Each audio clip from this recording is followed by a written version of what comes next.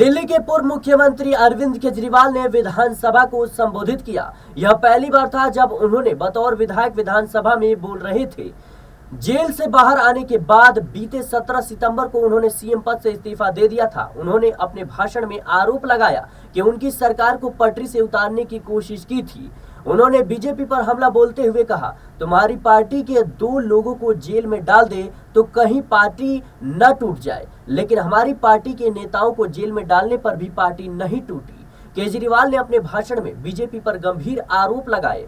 उन्होंने दावा किया कि बीजेपी का मुख्य एजेंडा उनकी सरकार को अस्थिर करना था। केजरीवाल ने कहा, अगर तुम्हारी पार्टी के 2 लोगों को जेल में डाल दे तो पार्टी न टूट जाए। हमारे नेताओं को जेल में डाला लेकिन हमारी पार्टी नहीं टूटी। उन्होंने आगे कहा कि दिल्ली में कट्टर बीजेपी समर्थक भी यह नहीं कहते हैं कि केजरीवाल बेईमान है। पूर्व सीएम ने जोर देकर कहा कि बीजेपी चाहती थी कि उनके काम ठप हो जाए, लेकिन दिल्ली वालों का विश्वास उन्हें टूटने नहीं देगा।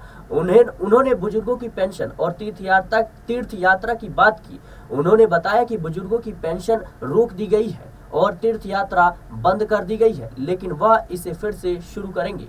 केजरीवाल ने यह भी कहा कि दिल्ली रूरल के बच्चे अब बस मार्शल की नौकरी नहीं कर सकते, लेकिन इसके सुधार के लिए कदम उठाए जाएंगे। केजरीवाल ने यह भी कहा कि दिल्ली की जनता उन्हें 27 सालों से बीजेपी को वोट नहीं दे रही है और बीजेपी उनके नाम को खराब कर जनता से वोट लेना चाहती है। उन्होंने दावा किया कि वह अपनी गैर मौजूदगी में भी सड़कों की मरम्मत नहीं करा पाए।